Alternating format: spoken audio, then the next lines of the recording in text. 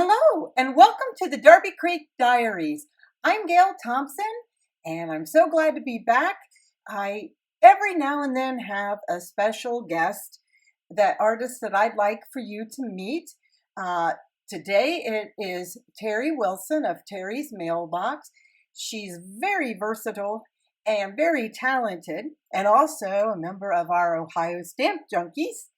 And today she's going to show us how to stretch our holiday supplies and use them all year round. I'll see you at the other end. Enjoy. This is the card that we're going to go ahead and make today. It's a shaker card, and again, I posted one earlier with a different sentiment, so you'll see that in a little bit. So here's that Honeybee Slimline Mistletoe die, and I'm going to cut it out of Fairway Star Dream Metallic cardstock. Here's the card that I posted earlier and decided to go back and show you how I put it together.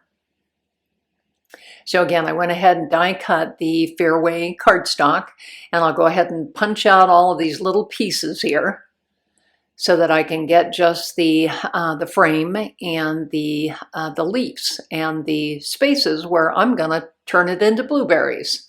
So again, I grabbed one of my dark blue Copic markers, and we're going to go ahead and color the blueberries. So again, there's blueberries all over this. Actually, they're mistletoe, but we're making them blueberries today. So again, I've got spots where there's one blueberry, two blueberries, three blueberries. But again, I'm going to go ahead and color them all. So while I'm coloring, you should see a red arrow in the lower right-hand section of your screen, and I would ask that you click on that and subscribe to my channel. I post lots of floral cards, vintage cards, grungy cards. You know, again, I kind of do the gamut. I consider myself a chameleon crafter, so whatever product I've got, you know, I can work with it. So again, I'm continuing to color these in.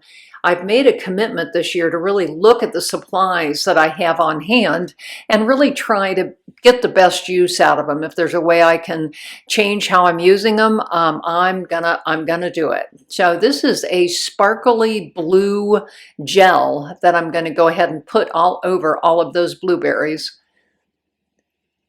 And like I say, it's got a little bit of a sparkle and a little bit of tint of blue, so it just kind of gives the blueberries more dimension.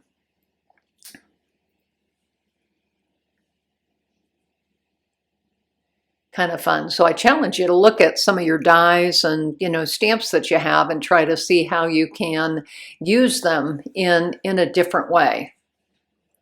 So this is just one. I think I saw somebody else had posted changing mistletoe to blueberry online, and I thought, ooh, what a great idea. So again, I'm all done adding my glaze, so I've set it aside and it's dried. So now I'm going to work with my piece of acetate to keep the shakers in. So again, I'm gonna dot my glue all over the place here. I use this larger glue bottle with a needlepoint applicator. So again, we'll go ahead and just get it all on there. And then what I'm going to do is glue the acetate onto the back side of that, and then I've got to give it a little drying time before I mess with it. So you won't see the drying time.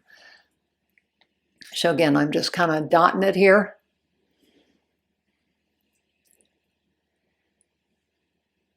Finishing up, gonna put the line around the outside, and I want that to be a fairly solid line, just because I think that helps hold it. So we'll go ahead and just add that line. And then I'm going to flip that acetate, or actually, you know, line it up at the bottom there. And then I'm just going to lay it down and smooth it out.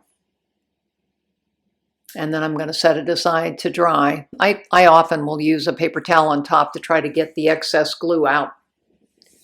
So again, it's hard to see the acetate on there, but it is like a 1/4 inch over on each side. I think maybe here on the white you can catch it a little bit better. But again, I'm just pressing it down to make sure I get good adherence. And then I'm going to go ahead, after it's dry, I'm going to go ahead and trim that off. And I'm just using a very large scissors. And I'm going to use these little tiny foam strips from scrapbook.com to actually add on there. So again, they're oh gosh, they're probably 1/8 of an inch thick, but they're pretty handy for flowers and the stems and things and small leaves, but they're also handy for this. So what I'm doing is I'm going to go ahead and pull the backing paper off so that I have more flexibility. So both backings are off, and it allows me to kind of stretch it just slightly so it gets it just a little bit skinnier. And so once that's all the way around, I'm going to get into my stash of sequins. Anybody else collect sequins like this? This is just bad. This is bad. I've collected sequins for years. So again, I'm going to be pretty generous here. We're going to do 3 little, fingerfuls or handsfuls, not handfuls, but pinches of sequins on there. And then I've got a piece of white cardstock. Again, it's 5.5 by 8.5.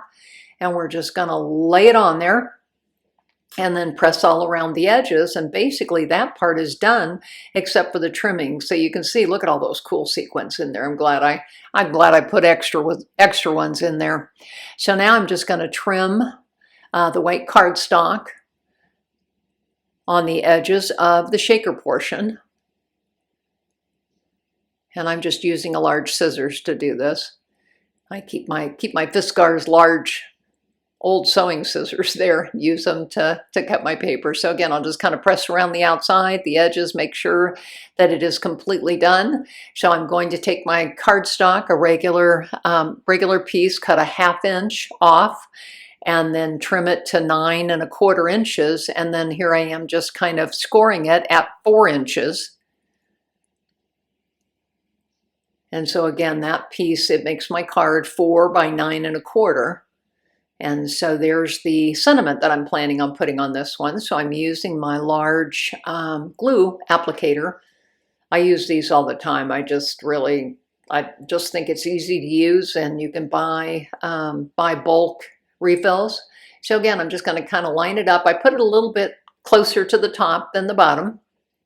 And then I'm going to add that sentiment on there. So that is a PinkFresh Studios sentiment that, again, I have heat embossed, and I keep a bin of them. And so I'm going to go ahead and use that second one because it was a little bit messy. So this is where I'm going to put the sentiment here in the middle.